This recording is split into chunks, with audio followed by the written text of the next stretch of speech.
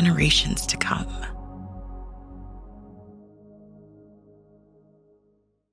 And welcome to another edition of the TDN Writers Room podcast. My name is Bill Finley. I'm a correspondent for the TDN. I also do horse racing radio shows on SiriusXM with legendary Dave Johnson.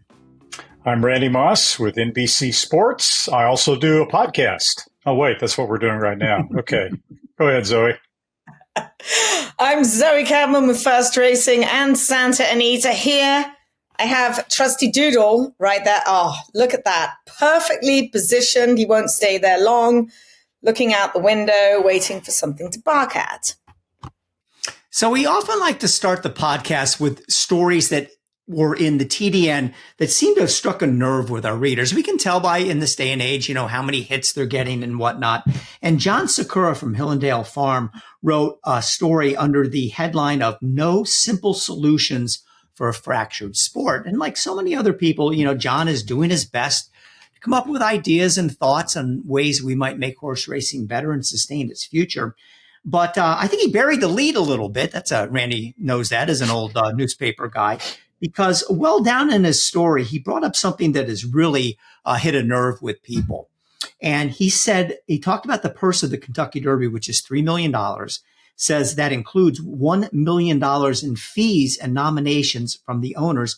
And he called that an embarrassment that the Kentucky Derby is $3 million. Now, why would a race worth that much money be worth $3 million be an embarrassment? Well, because it's the Kentucky Derby. And the Breeders' Cup Classic is worth $6 million. The Breeders' Cup Turf is worth $4 million. The Pegasus at Gulfstream is worth $3 million. It's not even to mention races like the Saudi Cup and the Dubai World Cup. And John is absolutely right. This is the greatest race in America, maybe even in the world. And it shouldn't, when it comes to a purse, take second rating to anything. Now, I don't know that they can make it $20 million and compete with the Saudi Cup, but numbers that were thrown around by John were that it should be $10 million and that the Kentucky Oaks should be $5 million. Churchill Downs certainly has the money. And, is this going to change horse racing as we know it and solve all its problems? No, but he's absolutely right. These races should be worth a lot more money. Randy, your thought? Yeah, he brought up a lot of things in that op-ed, and I would strongly suggest that anyone who cares about horse racing reads that. He's got a lot of very interesting points, the Kentucky Derby purse being just one of them. And no, it's not going to do anything really to improve the financial aspects of the sport. But I don't disagree with him or you, but it is an interesting fodder for debate. It's a fascinating debate, right? The Preakness, the Derby's worth $3 million. The Preakness and the Belmont are worth $1.5 million each. So the Derby is worth twice as much as either the Preakness or the Belmont. The purse money that horsemen get from the Kentucky Derby is an afterthought. The real value of the Kentucky Derby is what it does for a horse's value in the stud barn. Tens of millions of dollars accrue to the owner of the breeding farm that ultimately winds up standing the stallion and flowing down to the owner of the horse when he wins the Kentucky Derby.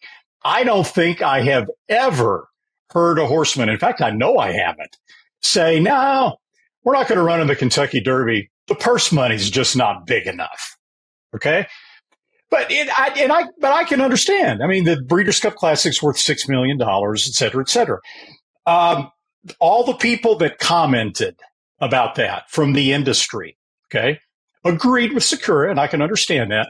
Those are people who commented who play the Derby game every year. They play at that upper level.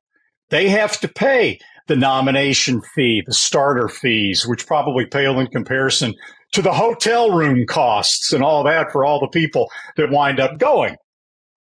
But what about all those other horses? The purses at Churchill Downs and elsewhere in Kentucky right now are astronomical.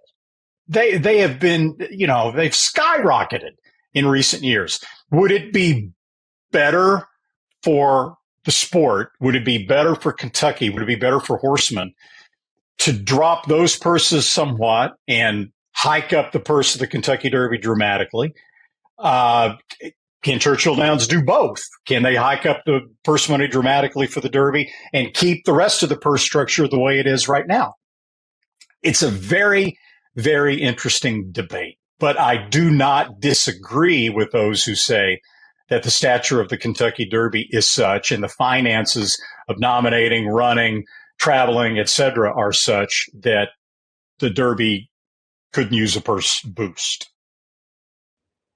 Yeah, it definitely could use a purse boost. Let's put it into perspective. We all know that European racing, the money's not that great over in Europe, while we see a lot of turf horses coming over stateside to plunder and win an awful lot of money. Put it in context that the Arc de Triomphe, probably their Kentucky Derby in France, is worth $5.24 million. That was the purse of the Arc de Triomphe. When you consider that maiden races over there are going for 10,000 euros. So the fact that they have a race themselves that's worth 5 million euros, why can't we have the Derby that's worth 10? And to your point, Randy, you are absolutely right. Horses that win the Derby make millions, hundreds of millions, stallion syndicates. I mean, every single thing. Thank you. Delivery. Every single thing that goes into winning the Derby, you're getting paid for. But from the outside looking in, yeah, $3 million. When you consider Elliot Walden's comeback for that was, and I'm going to read it, the Derby's been raised twice over the last 20 years, 300%. Churchill Downs stock prices alone in the same period have gone up 1,900%. So why can't the price of the Derby go up? I mean, I don't want to take money away from the everyday racing at Churchill Downs. They're making an absolute fortune, but they could easily, the Derby alone, Derby weekend alone, $20 million in revenue for Churchill Downs. They could easily make it a $10 million part. No problem whatsoever. But guys, here's the problem. They don't have to. This is a bottom line oriented group. And we all know that. People criticize them for that, but they're running a business and they want to make as much profit as possible. If they came out with an announcement tomorrow and said, we read that story in the TDN, and not only do we disagree with people, we so vehemently disagree with them that we're dropping the purse to $2 million next year. Would one single person say, you know what, I'm not running in the Kentucky Derby? No. Not one. So there's, what is other than it's the right thing to do. It's fair. But that's not how the big bad world of business works. They're making a gobloads of money in the Kentucky Derby, and they like that they're making gobloads of money in the Kentucky Derby. And the fact that the purse is $3 million does not hurt them in any way, shape, or form, unless your boss's Stronach Group wants to put the San Antonio Derby on the first Saturday in May and make it a $10 million race. And that's not going to happen either, Zoe. No, it's not going to happen. No, and on the subject of the right thing to do, another part of the op-ed written by Sakura that a lot of people have mentioned before, we've mentioned it here before, is how do you fix horse racing when every little fiefdom in the sport, every large fiefdom in the sport, from Churchill Downs Incorporated to First Racing to the New York Racing Association, are, if not exclusively, certainly primarily concerned with their own pile of money, with their own welfare, with their own stake schedule, and not necessarily concerned with the overall health of the sport from coast to coast. He points out California, the struggles that California is having right now.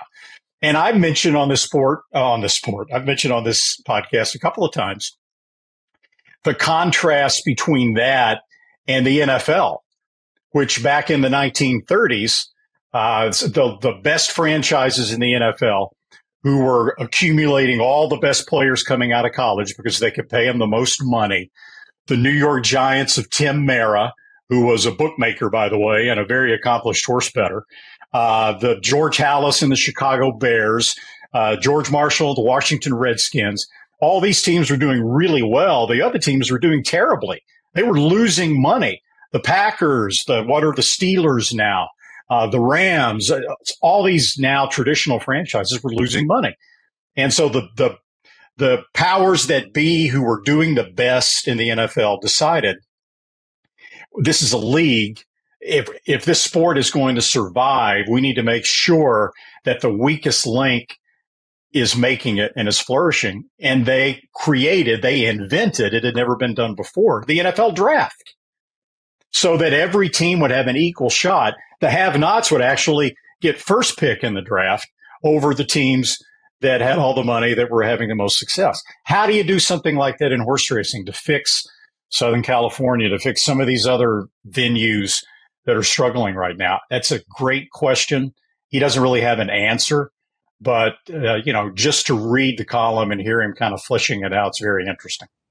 Well, the answer is something we've been talking about for hundreds of years. You have a commissioner of racing, and we know that that's absolutely never going to happen. By the way, I would nominate you, Randy. I really like his point. You really hate me that much, Bill? I think you'd be an excellent commissioner. I loved his point, what he was saying about the historical horse racing machines at Kentucky Downs and the fact, why can't they put a portion of that aside to help California racing? I mean, they've got money coming out of those machines hand over fist. It's an idea. I'm all for it. I live out here on an island in Southern California.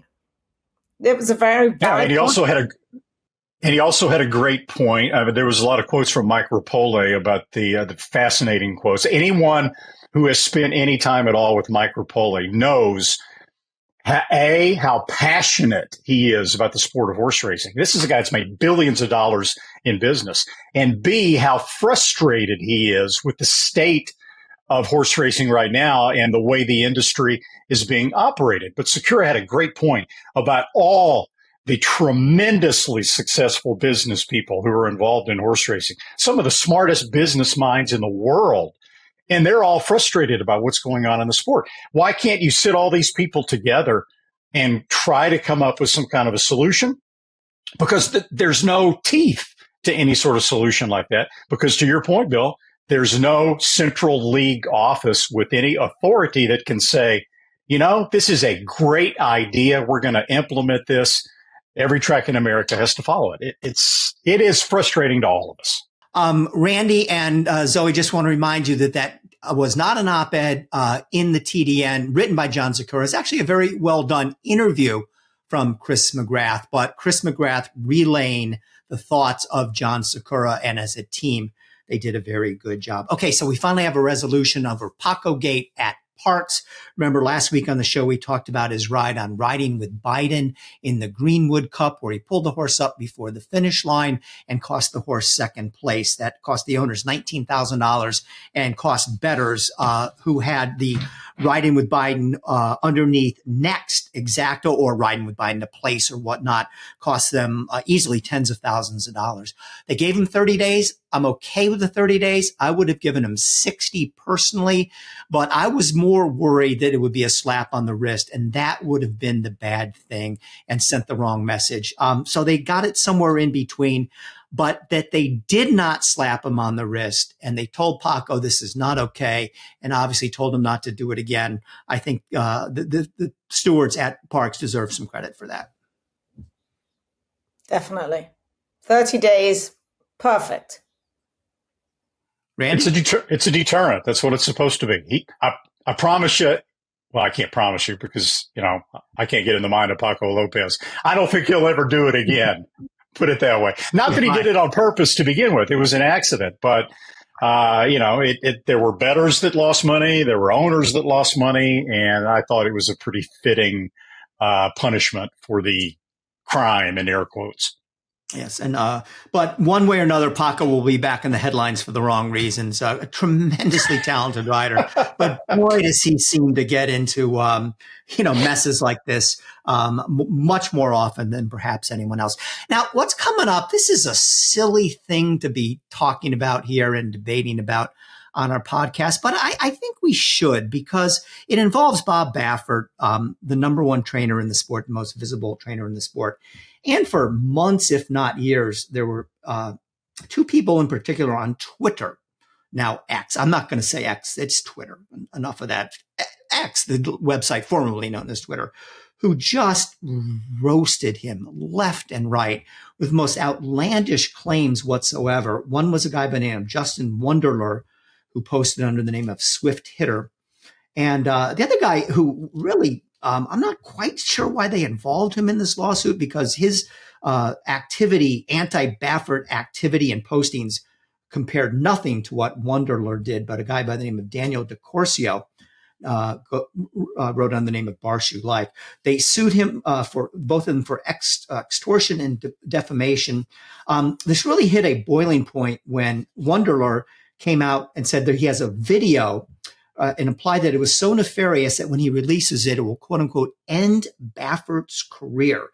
They accused him of blood doping. They have urged others to engage in, this is according to the lawsuit.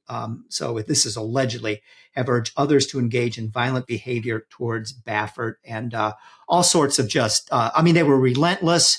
And, it was definitely crossed the line. And I've often wondered about that. How is it that people can get away with saying whatever they want on Twitter, and there never seems to be any payback? Certainly, I think the things that they said and did do come under under whatever the guidelines are legally for extortion and defamation. And it was Baffert said, "I've had enough of this crap," and went out and tried to put a stop to it. So, look, if I want to put on Baffert that Randy Moss is the world's lousiest handicapper, okay, I can do that.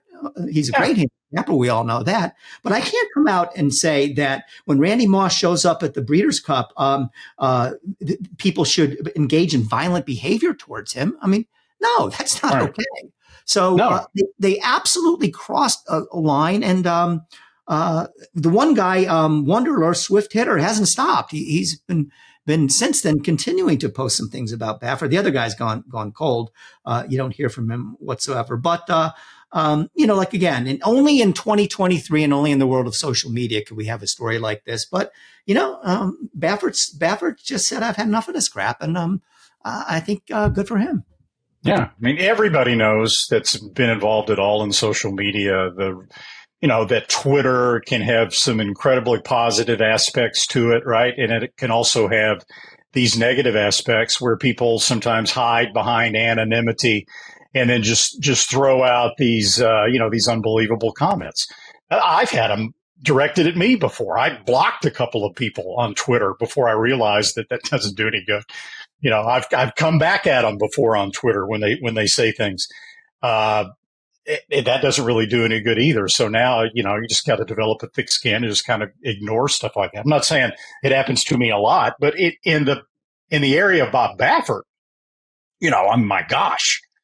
I mean, the stuff that has been tweeted out about him, and it does seem like it, if there is no basis to it, and that's what a judge is going to decide, that's what the lawyers are going to decide, then it seems like it would cross the line to defamation of character, to slander, possibly extortion, things like that. So we wonder why people never get, called on the carpet for something like this. Maybe this is a situation in which they will. It's going to be a fascinating case to follow. I mean, it's just crossing the line. It's got personal. And you can say whatever you want on social media. It's a public platform. But once you cross that line and you get personal and you start slandering, Jill, his son Bodie, and getting people, to get violent at them, it's become personal and it should never cross that line. So kudos for Bob for taking some action and going after them. Yeah, and I don't know the answer to this question, but I was also wondering that, when you talk about extortion, what they were saying was that they were saying to Baffert that give us money and we won't release this alleged tape that they've been talking about, or Wunderler's been talking about forever, and doesn't seem to ever come to be. And also, urging other people to engage in violence against them. I wonder if the next step is criminal charges. I don't see why not. That'll be interesting to follow as well to see if we'll get there. But I'm not sure Twitter has made the world a better place. And this is a good example of that. My tweets are so boring that nobody ever gets on Twitter. So I don't know what that means. I think I last tweeted in 2021 or something like that. I was involved pretty heavily there for a while, and then it just kind of petered out. Sorry to all the people, to the 30,000 or so people who follow me, but you did the right thing. And not much good can come from that. The TDN Writers Room is brought to you by Keeneland. Keeneland has cataloged, listen for this, guys, 3,569 horses for its 80th November breeding stock sale. It'll begin on Wednesday, November the 8th, and run 9 sessions through Thursday, November the 16th. With the standalone, we mentioned this last week, November Horses of Racing Age sale followed the following day. The breeding stock sale features proven producers, coveted broodmare prospects who are successful racehorses, and royally bred weanlings at all levels of the market.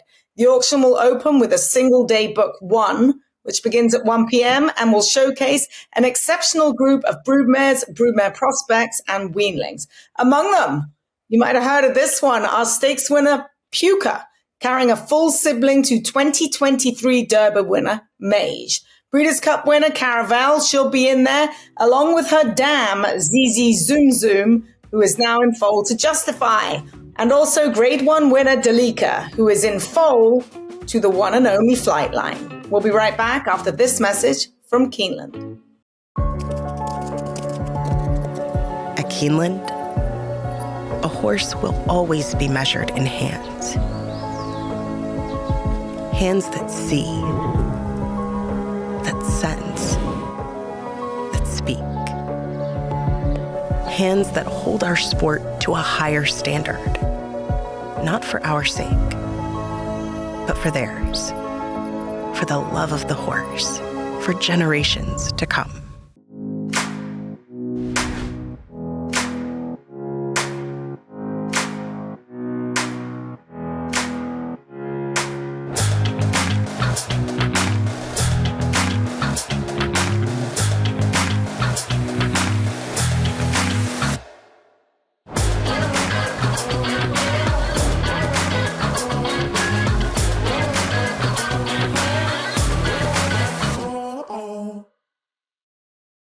The Retired Racehorse Project's Thoroughbred Makeover, presented by the TCA, takes place at the Kentucky Horse Park in Lexington, October the 11th through the 14th. It is a must-not-miss event. The makeover will welcome 404 horses, including both recently retired racehorses, and for the first time, my favorite category, former broodmares. Take a look at the entry list and look for your favorite former racehorse at the rrp.org/entries. In this week's edition of First Things First, I caught up with trainer Doug O'Neill and discussed Slow Down Andy.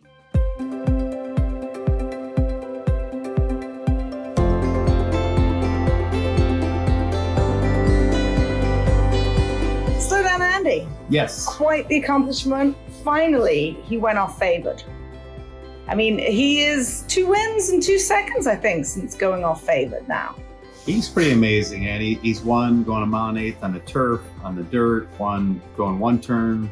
He's done just about everything. So, and just being a homebred of Paul and Zilda is pretty awesome, right? Grateful to be part of the team with surrounding Slow Down Andy. Cool horse. How did he come out of it? Came out of it good. He's a little tired, which is to be expected, but he looks well, and we've got the Breeders' Cup Classic circled, and see how it goes. See the old cliche, he'll tell us, so we'll see what he tells us. Do you think he could well be the speed of the speed? You know, he definitely has enough speed to be on the lead for the place in a 1.25 mile race. So I just have to see who shows up and all that. But he sure broke well the other day, and yeah, he showed speed and stamina for sure. Is this your morning regime up here in your suite?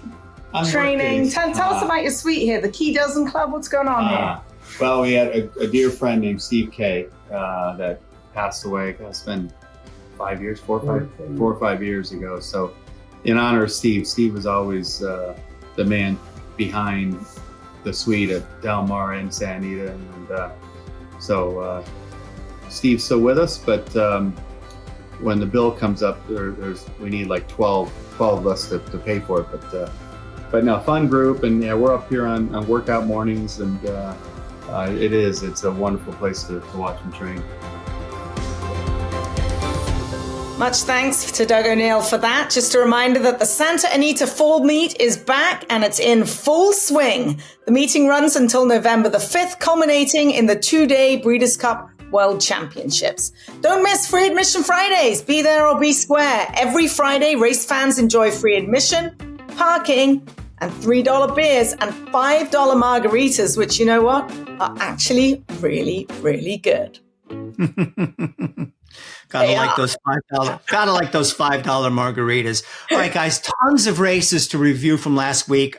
We can't go over all of them. We simply don't have time. But it was one of those big pre-Breeders' Cup weekends with a lot of win-in-your-end races. So let's kind of look at the highlights. And the biggest name of the weekend, obviously, was Cody's Wish, who ran in the Vosburg, a race really on paper. There's absolutely no reason to expect that he could possibly lose. I guess maybe he had to prove a little bit of something after he didn't perform to his best in the Whitney. But remember, that was a 1 1/8 race around 2 turns, which is not really his way of going. He got off to a slow start again, which he did in the Met Mile as well. He was professional. It was one of those grinding wins over a horse. What the heck is this horse's name? I can't even read my writing. You guys can remember who was second, I hope. But, did it move him up in my book? No. Did it move him down in my book? No. He moves on to the Breeders' Cup Mile, and he's still a neat story and still a very good horse. But definitely not a race that took your breath away or anything like that. No. I mean, he wasn't one of his finest efforts, right? But you mentioned that it looked like on paper there's absolutely no way he could lose. But Bill Mott saw that as well. And there's no reason to get a horse just entirely cranked up for a maximum A effort against that field in the Vosburg, when really the ultimate prize that they're looking at is the Breeders' Cup Dirt Mile, which is going to be the final race of his career. This was just a means to an end. He accomplished it, still ran a good race, still won, didn't break. The pace was slow, which is one of the reasons why it looked like kind of a grinding win as opposed to that sweeping, move coming from off a fast pace like he had in the Metropolitan Mile. So I thought it was a good effort all in all. It didn't blow me away, but I'm not really going to penalize him for that, Zoe, given the circumstances. It was fine. That's basically all you can say about it. It was a fine effort. He does have problems in the gate. Listening to Junior Alvarado afterwards, he said the problem with him getting an outside draw, which is great, is that they put him in, he wants to act up and they spring the gate. And it's not even like he broke that slow. It's just he doesn't want to be involved that early. Like if you watch him break, he broke in a teeny bit of a tangle, but he was right behind the last horse. 10 jumps later, he's like 5 lengths behind. So he leaves with the field and then just drops himself back naturally. And that's, I think, what he wants to do. He was just like, I'm just going to throw in a fine effort. This isn't the big dance. I'm going to gallop around here and I'm going to win. But it was a fine performance and that's it. And I hate the word fine. Well, it might be able to use the same word for Zandon's win in the Woodward. It was a fine performance. And the story here was, this horse was so consistent, but he wasn't winning. His last win goes all the way back to the last year's Bluegrass on April 9th of 2022. And he's lost 8 straight since. He says, well, 8 straight, he must be a bum. Well, look at some of these races he ran second in. The Whitney, the Met Mile, the Pennsylvania Derby, the Jim Dandy. He was just never quite in the right place at the right time. Some of it was, maybe he wasn't quite up to the caliber of the A plus stars he was running against in these races. Unfortunately, the Woodward is one of those races that is not what it used to be. It is now down to a grade 2. And he found a field he could beat. But on top of that, he looked pretty good. He looked better than fine. Let's put it that way. I like the way he accelerated in the stretch. He's going to come back in the Breeders' Cup Classic, which will be a much stiffer test. And you know what? He's going to run third because that's what Zandon does. He runs second. Okay, he's that's got a much better record running second. Let's give him that much. He could be second. All right. Well, who's he going to have to beat in the Breeders' Cup Classic? See, that's the big question to ask. Arcangelo is the favorite in the Breeders' Cup Classic poll. He's been the favorite for a few weeks. And yeah, I mean, he looked good winning the Travers. Got a 105 buyer speed figure. Zandon just got a 104 winning the Woodward in a cakewalk. He got a 106 running behind Cody's Wish in the Metropolitan Mile. He got a 105 last year as a 3-year-old running in the Travers at the Breeders' Cup Classic distance of 1.25 miles. So, I mean, you've got White Abarrio, who missed a workout a couple of weeks ago for no apparent reason in California. That probably doesn't concern Rick Dutrow, but it concerns me. You've got Forte, who's battling a quarter crack, who might not even make the race. You've got Slow Down Andy, who we'll talk about in a minute, who just comes off a win in the Awesome Again, who has questions in a stiffly run 1.25 miles. You've got a couple of really good speed horses in Saudi Crown and Arabian Night who could compromise each other. Hell, the Breeders' Cup Classic is a complete grab bag right now. So I could easily see Zandon slugging from off the pace with a repeat performance of the kind of form that he showed in the Woodward, and maybe even pulling down all the marbles if nobody jumps up and runs a huge race in front of him. I thought he ran a big race. I thought he overcame a lot in that race. Yes, he was the best horse. He was supposed to win. Flavian rode him like the best horse. He let him lay back and do his thing. He came very, very wide, ate an awful lot of dirt. But then once he got clear, he kicked clear and won like a good horse. So it was a good performance. I'll be happy to see him out here. And you're right. The Breeders' Cup Classic is shaping up to be a very, very good race indeed. Arcangelo continues to train just like he trained in Saratoga here at Santa Anita. Very forwardly, ears up and rolls around there. As far as White Abarrio, I believe it's feet issues for him. Ian McKinley, the blacksmith, was out here to fix some shoes. He has glue-on shoes.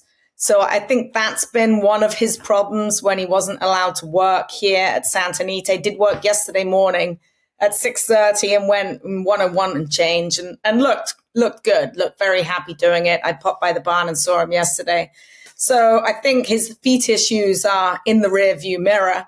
And it is shaping up to be a really good betting race. Is there a standout in there? Is there a flight line? No. But it's going to be a good race. And I'm delighted to see that it's going to be a full field, which I don't think we've had a big field of decent horses in quite some time. Bill, you know who else is going to run in the Classic, I think? Yes. Derma Sotogake. Yes. Along with Ushba Tesoro, the other Japanese horse, who won, was it the Saudi Cup or the Dubai World Cup? He won one of the two. Dubai World Cup. Yeah. I mean, all right. It's a good so field. Zoe, where does Awesome, Slow Down Andy, the winner of the Awesome Again, where does he fit into the mix? He won by 2.25 lengths over Defunded. The way the race developed was a little bit surprising. He got the lead and got it fairly comfortably. I don't think a lot of people expected that. The writer in the Racing Forum called it a speed favoring track. I didn't take a close enough look at the data to really make an assessment on that. But what about Slow Down Andy's performance in the Awesome Again for Doug O'Neill? It was good. I don't think anyone expected him to be on the lead. Doug didn't expect it. Mario certainly didn't expect him to be on the lead, but Mario is such a relaxed rider. When he popped out with his head in front, he just let the lines go and said, "Go on, my son, and just go and do it." Defunded broke a tad slow, so he sat back when perhaps he should have just gone. But I'm not sure Defunded is the same horse that we saw in last year's Awesome Again. His works haven't been as good. He's not as sharp as he was. So that honestly didn't surprise me. As far as the track, we got a daily. It was such a shame. On a day when New York wasn't running, right at 12:30, it just pissed down. It was a deluge of rain. Cats and dogs were flying out of the sky. We were expecting 20% chance of rain. nobody was expecting what we saw. So horses were in the paddock.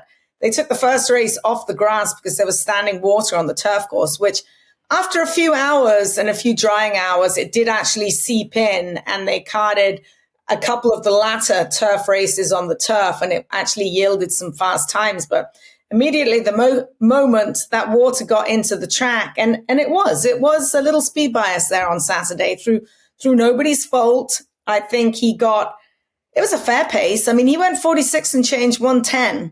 That was a good time. He earned the win, that's for sure. Where does he stack up amongst that bunch in the Breeders' Cup Classic? I'm not sure. I can't put him in the top 3. I honestly can't. Yeah, if you were making a line right now in the Breeders' Cup Classic, you would probably make Slowdown Andy 8-1 or 10-1. And that's even with the fact that it's in his backyard, right? It's at Santa Anita, which has got to be a benefit, always is. But he never seems to run a bad race. When he doesn't win, he's in there plugging away all the way to the end. I have questions, like I said a little while ago, in a strongly run 1.25 miles with him up kind of close to the pace. I have questions about his ability to see out the entire 10 furlongs, but he's in this classic field. He's right there somewhere in the mix. He's an overachieving Calbred. And who wouldn't want one of those? I mean, really, he's making them an awful lot of money, and he's a cool horse to be around as well. Randy, in previous shows, you've talked about how tough it looks like the Breeders' Cup Distaff is going to be, just a loaded field. Now let's put Adair Manor in there as well. I mean, we knew she was in the mix, but, here's one that's flown under the radar. Baffert is not known for winning with older fillies and mares, but he's got this one in fantastic form, having won 5 straight. She won the Zenyatta. And, again, another horse in a race. I agree with you. There's 7 or 8 real stars in there. She belongs in the mix as well. Oh, yeah. She was 1-10 in the Zenyatta in just a 4-horse field that, she dominated from a pace perspective as well as on paper going in. So, but she did what she was supposed to do, right? I mean, she's won 5 races in a row. She's won by open margins in most of those. She won the Santa Maria by 4 3/4, the Santa Margarita by 4 1/2, the Zenyatta by 5 1/4. If you're going to critique her, though, for any of those races, and you're going to look ahead to the distaff, really the only black mark against her, if you want to call it that, you could say who's she beating and how fast is she running. Right? Her last 5 wins, big switch behind her, Bellamorin, big switch, Kirsten Bach, Desert Dawn, the last 2 who were behind her. She was odds-on favorite in each one of those races. 95, 98, buyer speed figures, 94. And now she's going to have to run against Nest, and you're looking at, Clairiere and Secret Oath and Idiomatic and all these horses that have really run some fast, very powerful races. But it's in her backyard, just like we said about Slowdown Andy. And you got the Bob Baffert factor. She's got speed, which is always beneficial. I think you got to put her in the mix. She's in excellent, excellent form right now. You have to throw her in the mix. I have a lot more confidence in her than Slowdown Andy. Sorry, Andy. But even just looking at her physically, she's like looking at Black Beauty. She's this big, black, beautiful filly. She's about 17 hands. She stands over a lot of ground. She's an imposing individual. When she prances into the paddock, you're going to be like, whoa, what just came in here? So she definitely has an edge in being her hometown track. I really like her, and she's going to be a price up against the bunch that you just mentioned, and pretty mischievous too. Yeah. Let's stick with Zoe to give her report. She is our official European correspondent. The Arc de Triomphe. Take it away, Zoe. I think we all watched the Arc, didn't we? And our jaws absolutely dropped. Now, I like Westover. Dan Ross liked Westover. Westover looked like a winner until all of a sudden, down the outside of the racetrack, I'm like, who is that? Oh my God. I mean, like he was shot out of a cannon. Ace Impact. An imperious winner. Like he was absolutely fantastic. He left the rest of them like they were tied to a tree. That's how fast he took the britches off most of those jocks when he went by them. That's how fast he finished. I mean, it was a wicked turn of foot, something that I'm not sure that we've seen in the Arc in a while. Now, it was helped by the ground. The ground was listed as good to soft. I don't know where they came up with the good to soft. I've got no idea, or soft or whatever it was, but it was definitely on the firmer side. It rode quick. It supported quick times all day. He was absolutely terrific. Westover was terrific. The third place finisher, Onesto. How about Frankel? Frankel was the grandsire of Ace Impact. He was a sire of Westover. He was a sire of Onesta. He was the sire of Kalina, who also won a Group 1 race. I mean, he is the sire of sires and the sire of the moment. He had a terrific day. It was a really good card. That was fun watching those races. Yeah. And yeah, you were excited too, right, Randy? We know Bill doesn't care. Yeah. Oh, yeah. I loved them. And the undercard races are always huge for the Breeders' Cup as well. You know, the Opera races like that are always gigantic. And this horse, Ace Impact, kind of rewrote the rules, so to speak, that people are always talking about going into these big races. We talked about it last week. He hadn't run since August because the trainer wanted him fresh. That almost never happens in the ARC. He's the first ARC winner, what do we say, 33 years or something like that, that came into the race without a previous win at 1.5 miles. Did that bother him at all? Hell no. I mean, he looked awesome. And to your point about how strong the performance was, I haven't seen the time form rating yet, but Racing Post does its own ratings. And if you look at like the last dozen or so runnings of the ARC, he is tied with Enable for the highest rating, 129 Racing Post rating. Now, are we going to see him? My first thought after the race was over was, probably not.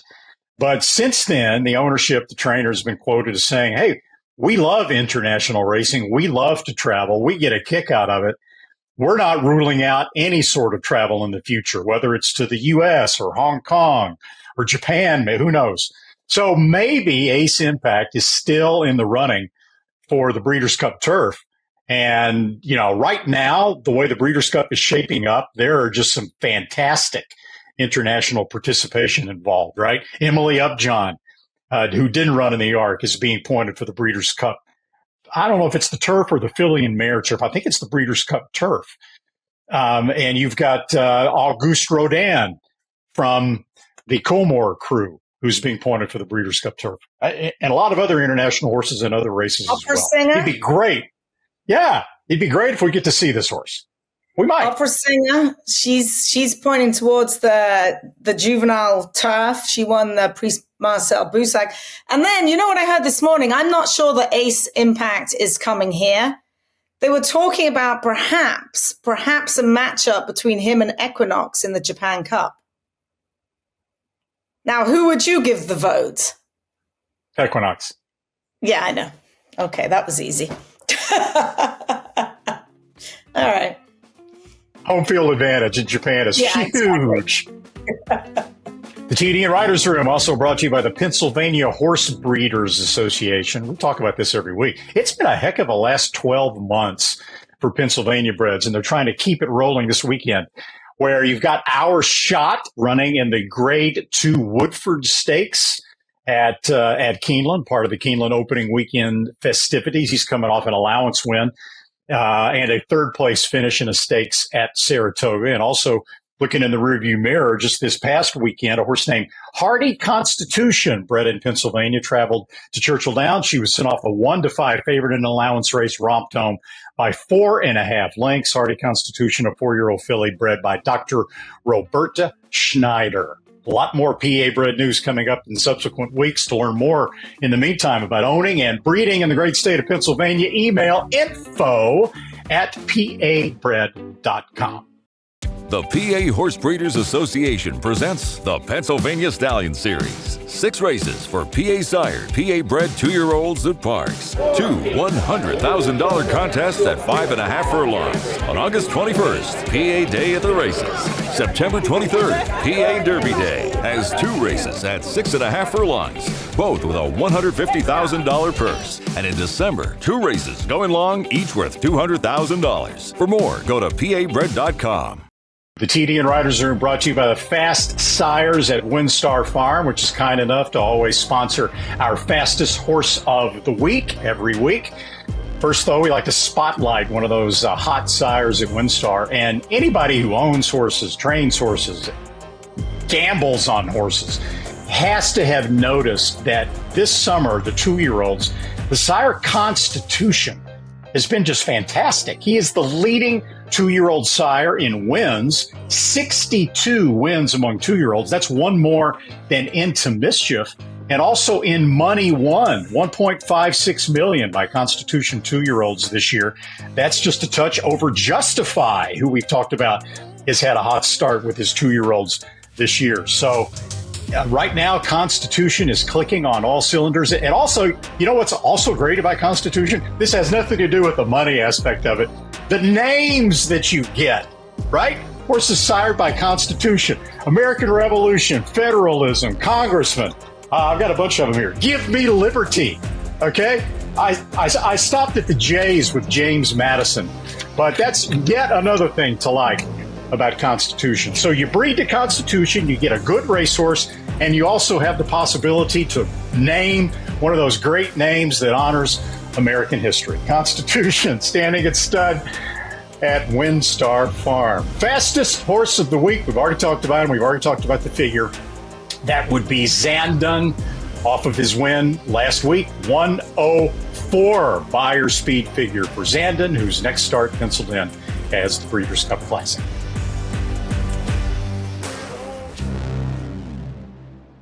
The TDN Writers Room is brought to you by the Green Group, a tax accounting and advisory firm specializing in the thoroughbred industry and designed to save you taxes.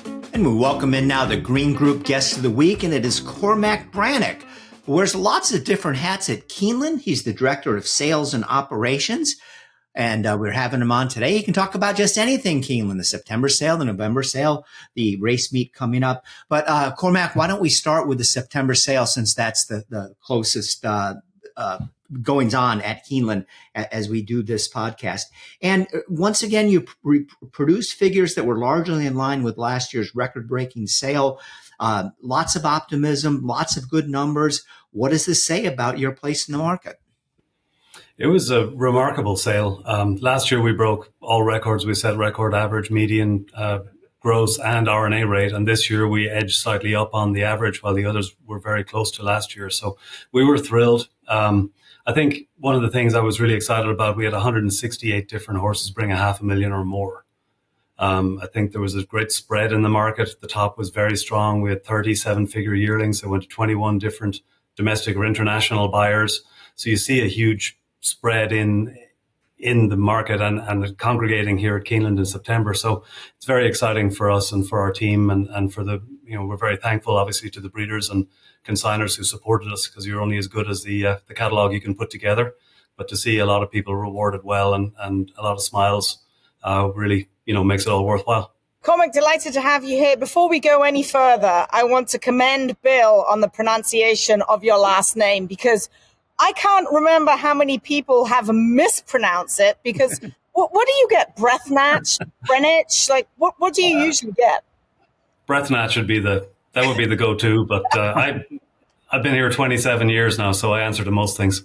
I did my homework, Zoe. I think Carmichael. I didn't just pull that out of a hat. Yeah. Well, we're delighted to have you, and having been at the Keeneland September sale, I want to give you guys a massive round of applause, because it seemingly went off without a hitch. It's like, the geese swimming across the top of the lake but their legs underneath are going 1,000,000 miles an hour. That is exactly what it looked like. And I commend you for sticking to your guns and sticking to the book one principles that has got more people actually wanting to be in book one. Who'd have thought it? $1 million horses coming out of book one. Yeah, thanks, Zoe. I mean, it was great. We got a lot of support, and a lot of people like yourself were there every day from tip to tail, just walking the barns and finding diamonds in the rough and $1 million horses alike. So we, Tony Lacey was hired as VP of sales, and a few weeks later called me and invited me to join the team, and I couldn't have been more excited. And really, having my first September sale I've done was in 1995 as groom and show person. And so I've been part of a lot of them for a long time. And we really recognized and agreed on the fact that consistent format was going to be a tough nut to crack, but something that we really needed to do, because you get in a cycle of trying to adjust based on a previous year's results. And in the end, one thing everyone agrees on is you can't hide a good horse.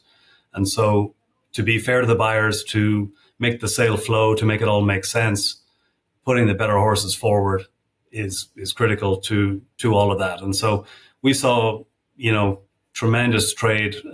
Each of the 3 September sales we've done, but particularly last year and this year. And it builds a momentum that allows the sale to stay productive right through the end. So we had record prices in, both sessions in book 4 this year. And again, on the last day of the sale at $185,000 sale of a Canadian bred horse that, is the highest priced ever on the last day of the Keeneland September sale. So, there's nothing that's easy that you can take for granted, but I think we've found something that works, and consistency is a big part of that. Cormac, this is going on while the full crop is going down year after year after year, down 3% this year. And the numbers. I mean, it's now something that we've come to expect each year. We're down to 18,000 foals, which is a huge drop from even about 8-9 years ago. However, you look at the Keeneland sale, your catalog this year, 4,215 in the catalog. It was the second straight year that you actually cataloged more horses than you did the year before. How are you making that work? If the full crop is going down, it would stand to reason that you'd have fewer horses in your sale, but that's not happening. Why? I mean, it's a great question, and I'm not sure there's an easy answer, but there's a lot of things that we look at in there. First of all, we're very grateful to the support that we get. We're up to 24% of the entire North American thoroughbred year, or full crop that goes through the Keeneland September sale, which is staggering. It's a pays tribute to the people who came along before Tony and I, people like Rogers Beasley and Jeffrey Russell and everybody else that made Keeneland what it is today. And we're just trying to be stewards to, advance it as far as we can. I do think logistically what's changed, the 2008 correction, since when the full crop has dropped to about 50% or almost 50%, that did weed out a lot of people that maybe had lesser mares, but also the people, I guess the better way to put it, the people that are breeding nowadays are extremely savvy. There are a lot of very clever, very experienced, very dedicated commercial breeders. And thankfully for us, they're looking to Keeneland September as a large outlet for their stock every year. So that's a privilege for us, but also a huge responsibility that we do the best we can with what they're bringing us. So I do think the change really is in the level of sophistication and the investment and everything else, the quality of the mares, everything else that comes to our doorstep, because there aren't the lower end horses that were being bred maybe 15, 20 years ago, nearly as many of those now. There are a lot fewer of those. So really you look into book 5 and book 6, and when we're tasked with placing horses into the books to make the sale flow, you have to make some really tough decisions about horses that you wouldn't think in your own mind are book 6 horses, but because of literally space constraints, that's where they have to end up. So, and we saw it in the prices this year. The prices stayed strong right through to the end. The clearance rate was extremely good, as it was last year. I think that's a testament as much to the breeders as anything we're doing here with the quality that they provide. So that was September. We'll skip October. We'll get to October and the races in just a moment. Let's fast forward to November. How do you go from yearlings to weanlings to your horses of racing age sale to your mares? Tell us a little bit about what we have to look forward to in the upcoming November sale and the massive horses of racing age sale as well. Sure. We also here at Keeneland have the world's largest breeding stock sale. So that'll start on Wednesday, the 8th of November this year. And, that actually, putting that together is something that happens really after the September catalogue has gone to the Jockey Club for fine analysis and then for printing. So we're really working on that November sale from sort of the third week of August through to the day before horses ship in here, or the day they do ship in here for the September sale. So that catalogue has been sort of baked for a few weeks now, except for supplements that we'll have it to announce weekly here, starting shortly for book 1. we announced a catalog with just over 3,650 horses, about 1,800 weanlings, and over 2,000 broodmares and broodmare prospects. A handful of stallion prospects and active stallions as well. So it's a huge, another 9-day sale, another huge catalog that'll go for 9 consecutive days. And then at the back end, which is Friday, the 17th of November, we'll have our November Horses of Racing Age sale. So one of the things that we did and that I took real interest in starting here at Keeneland was having a separate Horses of Racing Age sale, both in April and in November, where they could be standalone, where the entry deadline wasn't as early as it is for breeding stock sales for a catalogue of that magnitude. So we have our entries. We're just closing our entries now for the November Horses of Racing Age sale, and we'll add supplements as we go. So we have about 260 or so to have in our initial catalogue at this point, and that'll all happen on Friday, the 17th of November.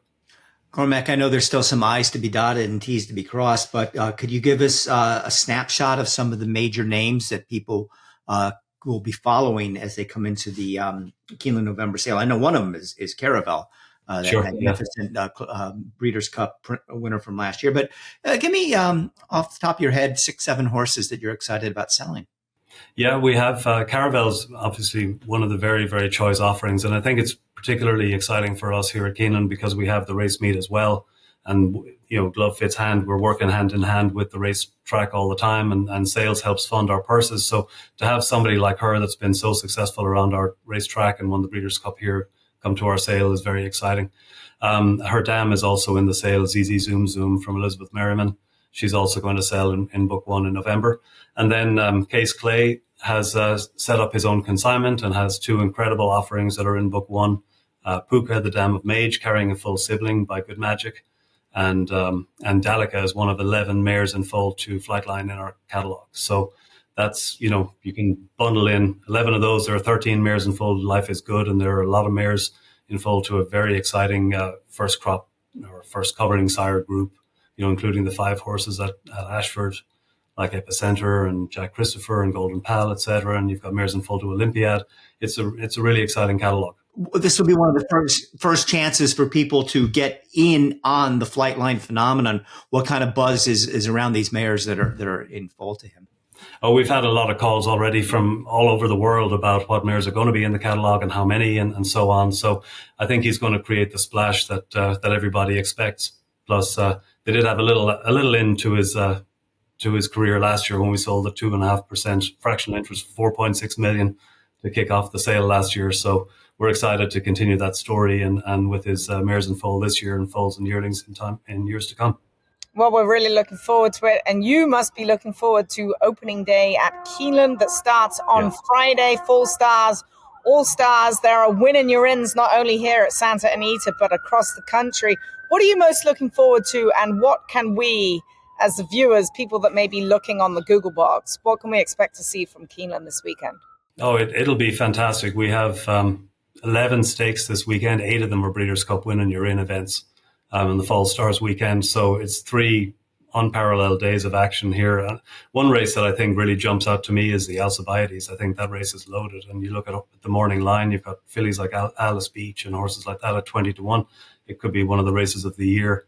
But it's going to be action-packed turf and dirt, sprints and long races. I mean, it can't wait for it. And for us in the sales side, it's a really good time to welcome our clients back and share some fun and the action of the game that we're all also dedicated to.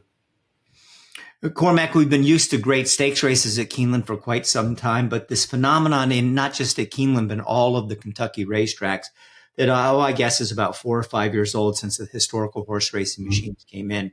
And what I still look at and my eyes just pop out every time I see these races. On the Saturday card, you have $100,000 maiden special weight races, $120,000 allowance races. Again, and I know this is not just a Keeneland story, it's a Kentucky story, but these overnight races with these fabulous purses, what has that meant for the whole Kentucky racing circuit and Keeneland in particular? I think it's really hard to put in words, Bill, to be honest. I mean, I remember 2 years ago in my first September sale, only a few months on the job, just marveling at how strong the market was through to the end of the sale. And that's really what's fueling it. I mean, the purses are making it a lot more sensible for somebody to invest 40, 50, 60,000, get a group of friends together, do whatever they need to do to have a horse. I mean, there's really a huge sea change in the last 5 or 6 years with that injection of revenue. And so it's tremendous and something that really drives the sport from the grassroots up. And it makes so many people's lives better that are involved in the sport, no matter what their job is. It's really invaluable and something we are very appreciative of and take very seriously. Cormac, you're a guy that has worn many, many hats in the industry. A lot of people might know that you are a qualified veterinarian. And what else have you done? We know you work for the great late Brenton Jones at Airdrie. Give us an overview of what you have done that has led you to Keeneland, that people might be like, I'm not sure I know much about Cormac. I still wonder how I ended up here, Zoe. I'm not sure I can really answer that. But I'm not quite a vet, but I'm a PhD in veterinary science. And so that was my ticket over here back in 1996. So in 95, I spent a summer while I was in university here in Lexington. It was where I always wanted to come, work the sale, wanted to get back here, went to graduate school at UK at the Gluck Equine Research Centre, and spent 11 years in research while working on the side with people like Jackie Ramus, Richard Galpin, and doing as much bloodstock work as I could, and working weekends on farms. And in the mid-2000s, I made the switch out of research into this work, full-time work for myself for a couple of years, and then went to Adena Springs, and then subsequently to Governor Jones's Airdrie Stud. I worked with Brett and his family there for 4 years prior to coming to Keeneland. So there are a lot of ways to in this industry to get to different places, and it's a great industry to be part of. How has your veterinary degree helped you? Like, does it help you in the day-to-day things, especially when you're looking at horses? I don't know. I think it helps a little in a lot of different ways. I think it's helped, especially in terms of this job and looking at what we're trying to do and looking at things sort of critically or analytically in some ways. But I think there's no training for horsemanship other than just being around them all the time. Right. And so that's what I've done in whatever facet I've been lucky enough to be in. And that's just being immersed in them since very early days. So with the PhD, have Zoe and I not done you justice? Should we have been calling you Dr. Breathnach throughout the whole interview? I hide from that. Okay. Well, Cormac, thanks so much for your time today on the TDN Writers Room podcast. It's always great to talk about Keeneland, especially with the meet coming up. It's a 17-day meet. It starts Friday, and Fall Stars weekend, as you mentioned earlier, is just loaded with one major great stakes race after another. It's a great time of year when Keeneland is selling horses, but for me as a racing fan, even greater time of year when you're racing horses. So thanks so much for being the Green Group Guest of the Week on our TDN. Thank you both very much. Really enjoyed it. Thanks, Cormac. As the Green Group Guest of the Week, Cormac Breathnach will receive a free 1-hour tax consultation with the Green Group. For more information on how the Green Group can save you taxes, visit www.greenco.com. We'll be right back after this message from the Green Group. Are you paying too much in taxes? The Green Group can help. There's a reason the most successful owners, breeders, and horsemen select the Green Group as their tax advisors. They save you money and share successful strategies. Over the past 40 years, the Green Group founder, Len Green, has owned and bred some of the best racehorses in the history of the sport, like Eclipse Award-winning champions Jaywalk and Wonderwheel. His DJ stable competes at the highest level and has received the game's most prestigious honors. Len Green's in-depth, hands-on industry knowledge, combined with cutting-edge tax-saving strategies, has produced positive results for his clientele and has made the Green Group the top-rated accounting and tax firm in the thoroughbred business. For a confidential and complimentary consultation, contact us at 732-634-5100 or visit our website at www.greenco.com. The Green Group, proven strategies to save you taxes. With some of the fullest fields in the country and quality racing year-round, there's never been a better time to reap the rewards of breeding and racing in Kentucky. Purse money in Kentucky is at an all-time high, as his average purse per race, outpacing California, Florida, and New York. Kentucky Breds. Breed them, raise them, race them. We all win. The TDN Writers Room is brought to you by Kentucky Breds. European Group 1 winners are bred in Kentucky. Listen to this. Kentucky bred opera singer, we just talked about her, by Justify, won one of the most important 2-year-old races on the European calendar when taking the Group 1 Prix Marcel Boussac à Longchamp on Arc Day, and she was impressive. The win has already established opera singer as the favorite for the 2024 1000 Guineas and the Epsom Oaks, and gave Justify his first European Group 1 winner. Opera singer earns a berth into the $1 million Breeders' Cup Juvenile Fillies turf with the win, but Aidan O'Brien, ever cautious, said he would have to talk with the lads back at Coolmore before deciding upon her next start. Well, another huge weekend of Breeders' Cup prep races. Belmont, Santa Anita at Keeneland will all be in action with major races that will have major ramifications for the Breeders' Cup. Just to mention a few, Belmont, we have the Champagne and the Frisette, and they will now run the Joe Hirsch Turf Classic. Last weekend was canceled, that big storm in New York, and they decided rather than run it on very soft turf course conditions, they would bring it back for this week. Santa Anita, yeah, the American Pharoah and the Chandelier. News out of American Pharoah, Prince of Monaco, looks like possibly the most talented 2-year-old in the country, trained by Bob Baffert, will train up to the Breeders' Cup. He's in the American Pharoah. I want to hear a guy say, you know what, we're running up to the Breeders' Cup. We're going to give him 2 preps between now and Breeders' Cup Day. Then that would really surprise me. And then at Keeneland, there's 4 Grade 1 stakes races over the weekend, starting with Alcibiades on Friday, and then 3 more on Saturday. You know, guys, because Keeneland was nice enough to get their past performances out before everybody else, because you know what? It's not easy talking about these races before the past performances out. So no slight on the other tracks, but we are going to, we'll talk more about those races. And I if Randy and Zoe have anything particular to say about them, that's fine. But let's do a deep dive into the 4 Grade 1s at Keeneland, starting with the Alcibiades on Friday, which is, of course, a Grade 1 prep for the Breeders' Cup Juvenile Fillies. And you've got the division leader in there, Bright Work, 4 for 4 lifetime for trainer John Ortiz, has won the Spinaway, Adirondack, the Debutante, and Broker Maiden. But lo and behold, Vivi's Dream is coming off a huge win last time out in the Pocahontas for Ken McPeak, where she won by 8 3/4, got an 88 buyer figure. But in her prior start at Ellis Park, she was beaten by Bright Work. So Bright Work could win this easily. And if she does, quite possibly, well, Tamara could be I think will be the Breeders' Cup Juvenile Fillies favorite no matter what. But maybe Bright Work is the second choice. We'll see what happens in the Alcibiades. I don't think you should discount Emery. It's a lot to ask of her. She's only made 1 start. That was in the mud. But she is a filly with an abundance of talent for trainer Brad Cox. She'll get Tyler Gaffleone. Brightwork is the one to beat. I mean, she's answered every question that's ever been answered of her. She continues to train forwardly in every way, throwing in a bullet work at Keeneland as well. So she is undoubtedly the one to beat, but they're all going to be trying something most of them have not tried, and that is going around 2 turns for the very first time. It's a quick run into that first turn there. So we'll have to see what they could do. Brightwork hasn't done it either. The only one that's, well, actually Kenny McPeak, that's a 1-turn mile at Churchill as well. Shimmering Allure. She's coming out of restricted races, but she's okay. I really like Emery, but Brightwork is most definitely the one to beat.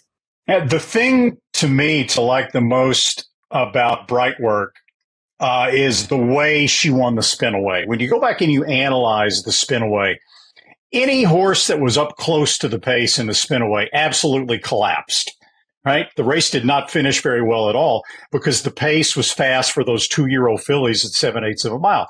It's very challenging for 2-year-old fillies to get that extra furlong out to 7 furlongs. And Brightwork was only a length and a quarter behind. She was the only filly who was up there close to the lead, who was around at all at the finish. And yet she still managed to outduel Ways and Means down the stretch. Now, having said that, Ways and Means was arguably the better horse because of what happened to her on the backstretch. So that's what makes this kind of a point counterpoint thing about Brightwork. Vivi's Dream really took a step forward in the Pocahontas, along with Emery. So I think it's a fun race to handicap. And Ways and Means came out of that with a chip too, so we won't see her in the Breeders' Cup. So the Saturday Grade Ones begin with the First Lady Stakes, and surprise, surprise, Chad Brown has won this race each of the last 5 years, 6 times overall, and he's got 3 of the 6 horses in here: Gina Romantica, White Beam, and In Italian. In Italian will be the favorite, I would imagine, despite losing to stablemate White Beam in the Diana. I've always been a big In Italian fan. I like, especially on turf horses, that just go to the lead and make everybody come and get them. Could White Beam beat her again? I suppose it's possible, but a couple things. She picks up 6 pounds off the race in the Diana, where she beat her by a nose. Also, they dropped back from 1 1/8 to a mile. I think the mile probably suits In Italian a little bit better than the 1 1/8. Joseph O'Brien brings in Jumbly. We've been talking on the podcast how dominant the Europeans have been, but you do have some U.S. form to go on. Horse ran 3rd in the Ballston Spa, Grade 2 at Saratoga, and that performance, it wouldn't be good enough to beat the Chad Brown Express. Randy, Chad Brown? Which Chad Brown? Someone else. Oh, look, at a mile, you got to go with In Italian. I mean, all the credit to White Beam for running down In Italian and the Diana. But as you pointed out, the Diana is at 1 1/8. I mean, she won the Diana in Italian last year, but her best distance is 1 mile as opposed to 1 1/8. And especially when she's in a situation where she can control the pace. And the only other speed horse that you can find, really, there's a couple. There's Evie Jets on the outside, but she kind of showed a different dimension in her last race, being taken well off the pace. And I don't think she has the same speed as In Italian anyway. And In Italian's drawn inside of her. And there's another huge long shot in there, an allowance horse called This Name Is Okay. But again, In Italian is drawn inside of that one too. So I think she's going to control the pace. And that kind of scenario at 1 mile, good luck beating In Italian, who probably will be 3 to 5 as a result of all that. I like White Beam. I think she can definitely be closer. We'll go head to head in here. She won going 7 furlongs going away at Newbury. She wasn't one of those horses that they ran 1.5 miles, 1.25 miles over there in Europe. She's by Caravaggio out of an Oasis Dream mare. That's a sprint pedigree if I ever saw one. So I think 1 mile is going to knock her right between the eyeballs. She'll get an advantageous trip from the inside under Pratt. She's never far off the pace. She can be handy. And I'm pretty sure we've not seen the best of her yet. She's a 4-year-old facing some, In Italian's 5, turning 6. I think she's got less miles on her, and she's going to be my pick. Head to head. We shall find out. 9th race at Keeneland on Saturday is the Claiborne Breeders' Futurity for 2-year-olds getting ready for the Breeders' Cup Juvenile. Not a lot of big names in this race. West Saratoga won the Iroquois for trainer Larry Demerit. I believe he's the only graded stakes winner in the field as I look down on this. But Randy, the number is going to turn locked into the favorite. Oh, yeah.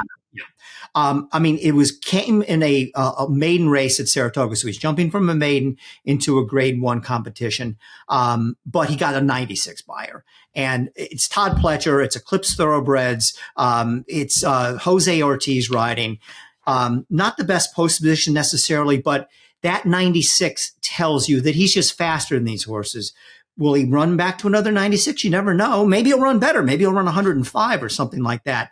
But, we have faith for all the right reasons in the buyer figures. And that figure jumps off the page and makes him look like the one to beat for Todd Pletcher, who could have a very nice hand in the Breeders' Cup Juvenile because he looks like he has the possible winner of the Champagne and Fierceness, who was 11 1/4 length winner in his maiden. We're getting a 95 buyer at Saratoga. So we'll look for Todd Pletcher and locked in the Claiborne Breeders' Futurity.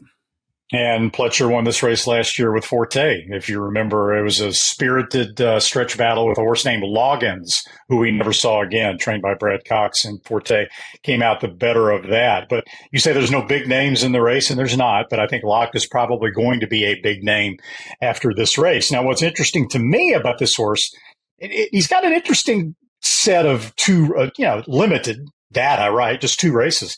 But you look at his career debut. You've got a horse by Gunrunner, $425,000 yearling, Todd Pletcher, Saratoga, maiden special weight race, first-time starter, tailor-made for a Todd Pletcher, right? He's 12 to 1. Why in the world, given that scenario, would this horse be 12 to 1 in his first start? And what happened was he got checked a little bit leaving the gate, then he got shuffled back, pretty much lost all chance. Came running, finished third in a decent field, blew by the horses on the gallop out. So you knew he kind of probably wanted to go longer. They stretched him out to a 2-turn mile, I guess a turn and a half at Saratoga, the new 1 mile distance. And he draws off and wins by 7. Big time, legitimate. So, he's not without competition in here, but I think Locked is definitely the horse to beat and should have a bright future. He looks like a lock on the outside, and I'll tell you why he wasn't favored going into his debut. His work's in the morning because he wants to go 2 turns. He's not one of those on the bridle, running daylights, throwing bullets downs in the morning. He's just not. So he didn't pique any of the so-called clockers, anyone's real attention in the morning until he ran that debut race where he galloped out ahead of anyone. And then it was all over. I was like, oh, wow, Locked is a lock next time. And he most definitely was. He gets a good draw on the outside. He should stay out of trouble. And he looks like the one to beat. For sure he does. Third of the grade 1s is the Coolmore Turf Mile, grade 1, purse $1 million. And how about my man, Charlie Appleby? He hasn't drank the Kool-Aid. Master of the Seas wins on September 16th at Woodbine. Every trainer in America would have put him into bubble wrap at that point and not run him until the Breeders' Cup. He's coming back in 3 weeks, and he is going to be one of the favorites in the Coolmore Turf Mile. Good for him. The European guys they still will run in some of these darn races. How about that? However, this is no easy assignment, even for the Appleby Express, because America's best turf horse is in there that's up to the mark for Todd Pletcher. So a couple of things. We'll get some evidence about the U.S. horses versus the European horses, because if up to mark, I do think is our best turf horse, and see how he represents himself in this race. Also, after he won the Manhattan at 1.25 miles, under Pletcher kind of was he's one of those in-between horses. Does he go in the Breeders' Cup Turf at 1.5 miles? Or does he go back down to 1 mile, which he last ran in the Maker's Mark Mile at Keeneland, ran third. Pletcher, by running in this race, is obviously pointing him for the Breeders' Cup Mile. But this is perhaps the best race of the weekend because it matches our best turf horse against maybe the best turf horse among those that are coming from Europe for the Breeders' Cup. I'll be fascinated to see how this one turns out, and we'll learn a lot more after the Coolmore Turf Mile. He's going to have to save some ground this time, James Doyle on Master of the Seas. You can't tip as wide as he tipped on that Woodbine turf course at Keeneland and expect to win like he won. Now, he has a wicked turn of foot. He is drawn inside, so he's likely to save all the ground going into the first turn. He only faced a field of 6 up there in Woodbine. But if he slingshots like he did up there in Canada, he'd better have a little bit quicker turn of foot because it's a whole tighter turf course at Keeneland than it is up there at Woodbine. He could well be the horse to beat, but you are absolutely spot on, Bill, that up to the mark is going to be very, very tough and could likely get the jump on him, which is crucial on a track like Keeneland. Zoe, where would Buick be this weekend that he wouldn't be making the trip for this? I don't know. Honestly, I don't know. Can't tell you. So, like when as we've talked about before, I tend to strongly favor, for good reason, European horses when they get to the Breeders' Cup in any of the Breeders' Cup turf races. January the 28th at Gulfstream Park, I didn't see it in person. I saw it on video. But when I watched the allowance race of Up to the Mark, I thought at that time, Jerry Bailey and I talked about it on the phone. I said, you got to watch this race. This is the Breeders' Cup Mile winner. And then he comes back and looks just as impressive, just rocketed to the front in his next start in allowance race. Then he runs third, just a neck behind Modern Games in the Maker's Mark Mile, and then keeps improving. Turf Classic at Churchill, the Manhattan at the Belmont. Now, that was before we saw Master of the Seas run at Woodbine, right? And then there's another horse in the Breeders' Cup Mile mix by the name of Kinross, who probably should have won the Breeders' Cup Mile that Modern Games won last year. So it's going to be a tough task for any of the Americans, including Up to the Mark. But that's what makes this race just fantastic. I agree. Best race of the week when you have Up to the Mark running against Master of the Seas. And, oh, by the way, the defending champion in this race is Annapolis, who had a horrific trip in his last race at Kentucky Downs. That's a complete throwout. So it just adds to the intrigue here. And once again, the rerun of the Joe Hirsch Turf Classic, that'll be an very interesting race and have a lot of Breeders' Cup ramifications. The top three finishers from last year's Breeders' Cup Turf, Rebels, Romance, Stone Age, and Warlike Goddess will all be back. Rebels Romance trying to rebound after falling in the Bowling Green, and we'll find out what happens to him on, hopefully it'll be much better weather this weekend at Aqueduct than it was last when it was just miserable. The TDN Writers Room is brought to you by XBTV. This week's XBTV Work of the Week is Arabian Night. The Pacific Classic winner worked 4 furlongs in 48-2 at Santa Anita on Saturday. Now he has already earned a berth into the Breeders' Cup Classic. And you won't like this, Bill, but trainer Bob Baffert says that will be his next start. The 3-year-old son of Uncle Mo has won all 3 of his 4 lifetime starts, with his only loss coming in the Grade 1 Haskell, where he finished 3rd. We'll be right back.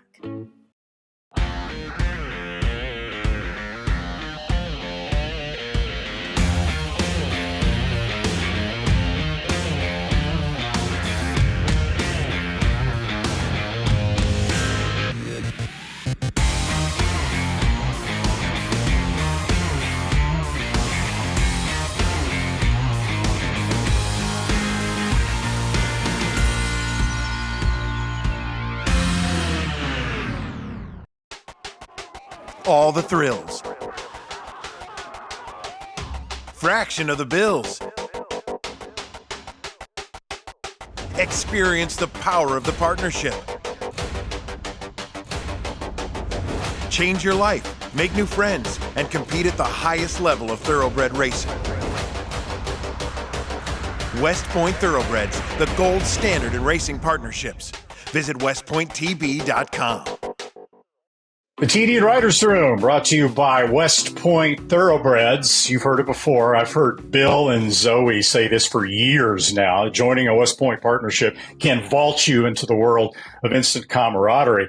And look at the action that West Point is in this weekend. They have 10 stakes runners this coming weekend. That's between Keeneland, I'm not going to call it Belmont at the Big A, Aqueduct, Santa Anita, Woodbine. They kick things off Friday with a pair running in the 5-horse Geoponte. They've got 2 of the 5 starters, Northern Invader and Ohana Honor.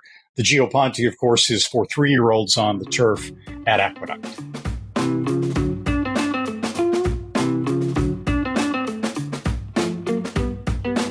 Well, here comes Arcangelo at Santa Anita, trotting along. I'm trying to look over my shoulder. This isn't as easy as it may seem. There he goes. He's just turned loose from the pony. This is Robert aboard him, and he's going to have a happy gallop, which is quite apropos for him. Absolutely normal as he goes off into the backside. Unfortunately, you get to look at me right now.